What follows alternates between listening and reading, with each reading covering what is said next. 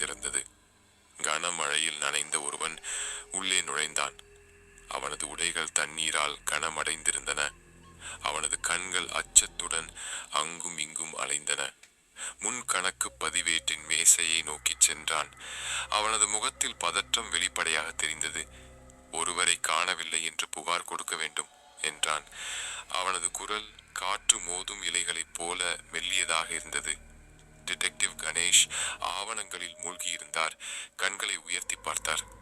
ஏராளமான வழக்குகளை கையாழ்ந்தவர். ஆனாலும் இந்த மனிதனை பார்த்த அந்த நிமிடத்தில் ஏதோ சற்றும் இயல்பல்லாத ஒன்றை புரிந்தார். யார் காணவில்லை என்று சீரான குரலில் கேட்டார்.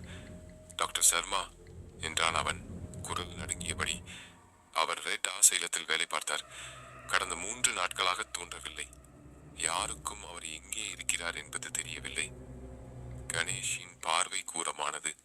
ரெட் ஆசைலம், அந்த பெயர் சொந்தமாகவே ஒரு மர்மத்தையும் ஒரு பயத்தையும் ஏற்படுத்தும். சில காலமாக அந்த இடம் குறித்து பல சந்தேகங்கள், குட்டி கதைகள், வார்த்தைகள் கிளம்பியிருந்தன. டாக்டர் சர்மா அதில் தொடர்புடையவர் என்பதை மிகுந்த கவலை அளித்தது. கடைசியாக அவரை எங்கு பார்த்தீர்கள் என்று கேட்டார் கணேஷ். அவன் நின்ற இடத்திலிருந்தே எழுந்தபோது. வீட்டில்தான் என்றான். நான் அவரை பல ஆண்டுகளாக அறிந்தவன். ஆனால் சமீபத்தில் அவர் மாற்றம் அடைந்திருந்தார். எதையோ மறைப்பது போல் ஒருவித பயத்துடன் வாழ்ந்தார். இப்போது அவர் காணவில்லை. யாருக்கும் அவருடைய தடம் தெரியவில்லை. கணேஷ் அருகில் இருந்த போலீசாரிடம் புகாரை பதிவு செய்ய சைகை காட்டினார். பின்பு அந்த நபரிடம், நீங்கள் இங்கேயே இருங்கள், நான் உடனே நேரில் சென்று பார்க்கிறேன் என்றார். மழை தொடர்ந்து கொட்டிக் கொண்டிருந்தது. கணேஷ் டாக்டர் சர்மாவின் வீட்டை வந்தடைந்தார். வீடு இருளும் அமைதியுமாக இருந்தது. ஜன்னல்கள் மூடப்பட்டிருந்தன. வீட்டில் ஒரு உயிரும் இல்லை என்பது போல் தோன்றியது. கதவை மெதுவாக தள்ள அது சத்தமின்றி திறந்தது. உள்ளே தூசி, பழைய வாசனை மற்றும் அமைதி. அந்த வீட்டின் உள்ளே நுழைந்தார். ஒளி கூடிய டார்ச் மூலம் ஒரு அறையில் இருந்து மற்றொரு அறைக்கு சென்றார். அதன் பின் ஒரு மேசையின் மேல் திறந்தவையாக ஒரு குறிப்பு புத்தகம் கிடந்தது. எழுத்துக்கள் சீர்மையின்றி பதற்றத்துடன் இருந்தன. நான் செய்ததை பார்த்து நான் பயப்படுகிறேன். சோதனைகள் தோல்வியடைந்துள்ளன. அவர்கள் இனி மனிதர்கள் அல்ல. அந்த வரிகளுடன் பக்கம் திடீரென முடிந்தது. யாரோ அல்லது ஏதோ அதை தடுத்திருந்தது போல. கணேஷின் இதய துடிப்பு திடீரென உயர்ந்தது. அவனது நெற்றியில் உள்ள சுருக்கங்கள் விரிந்தன. அவர் என்ன செயலை செய்திருப்பார்? எல்லாவற்றையும் கவனிக்கவும் முன்னரே வெளியே இருந்து ஒரு கூச்சல் கேட்டது. பின்பு ஒரு கடுமையான மிருக குரல். இரண்டும் ரெட் ஆசைலம் இருந்த திசையிலிருந்து.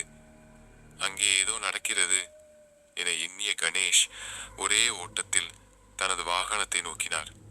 ரெட் ஆசைலம். கணேஷ் அடைந்த போது அவனது நெஞ்சில் ஓர் உலுக்கம். கட்டிடம் எரிந்து ஒரு கருமை நிற எச்சமாக மட்டுமே இருந்தது. அருகில் இருந்த ஹோட்டலும் சாம்பலாகி இருந்தது. இரண்டும் அழிந்திருந்தன. கணேஷ் இடம் பார்த்தார். எங்கு பார்த்தாலும் சாம்பலும் சிதைவுகளும் மட்டுமே. உயிரினங்களின் சுவடு இல்லை. இருந்தது கட்டிடங்களில் அழிவும் ஆழமான அமைதியும் மட்டுமே. போலீஸ் நிலையம் திரும்பியதும் மழை குறைந்திருந்தது. ஆனால் அந்த இரவில் ஏற்பட்ட சுழற்சி குறையவில்லை. கணேஷ் தன்னிடம் உள்ள கேஸ்களை மீண்டும் பார்வையிட்டார். ரெட் ஆசைலம் பற்றிய எந்த பதிவும் இல்லை. எப்படியோ அது பூமியில் இருந்தே அழிக்கப்பட்டது போல. அவ்வளவிலேயே கதவு திறந்தது. 2 நபர்கள் உள்ளே நுழைந்தனர். அவர்களின் முகம் வருத்தமும் பயமும் கலந்ததாக இருந்தது. கண்களில் தூக்கம் காணவில்லை. நீங்கள் தான் ராம் ஹரி என்று கேட்டார் கணேஷ். ஆமாம் என்றார் ராம்.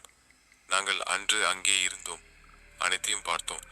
உயிருடன் தப்பிக்க நாங்கள் போராடினோம். என்ன நடந்தது என்று கேட்டார் கணேஷ். ராம் ஒரு கணம் தயங்கினார். ஹரியை கண்ணோட்டம் செய்தார். ஹரி தலை அசைத்தார். அங்கே ஒரு பழைய எலிவேட்டர் இருந்தது. டாக்டர் சர்மாவுக்கு தெரியும். எதற்காக அவர் அதை பார்த்து பயப்படுகிறார் என்பது தெரியவில்லை. ஆனால் அவர் அதை எங்களுக்கு கூற தொடங்கினார். பின் அவர் பேசவே இல்லை. முழுமையாக ஒரு பயத்தில் சென்று விட்டார். அவர் சொன்னார், அந்த எலிவேட்டர் தான் ஒரே வழி. ஆனால் என்ன வழி என்பதை நாங்கள் புரிந்து கொள்ளவில்லை என்று ஹரி கூறினார். கணேஷ் அந்த வார்த்தைகளை கவனமாக எடுத்துக்கொண்டார். அந்த எலிவேட்டர் தான் முக்கியமானது. ஆனால் எதற்காக? அது எங்கு இருக்கிறது என்று கேட்டார். ஆழத்தில் என்றார் ராம். நாங்கள் அங்கே செல்ல முடியவில்லை. ஆனால் நீங்கள் கண்டிப்பாக பார்த்தே ஆகணும். நீங்கள் இங்கேயே இருங்கள் என்றார் கணேஷ். நான் இதை முடிவுக்கு கொண்டு வரப்போகிறேன்.